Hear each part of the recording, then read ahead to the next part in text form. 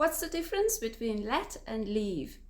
The translation of let and leave can be the same in Spanish, dejar. However, in English, they have very different meanings. For example, let means that we permit or allow somebody to do something.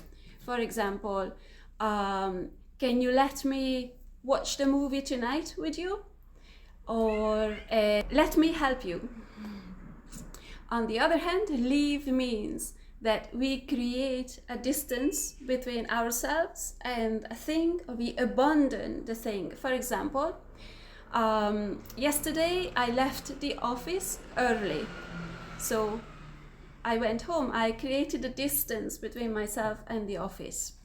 Or leave can also mean forget about something, abandon and forget. For example, yesterday I left my mobile phone at home.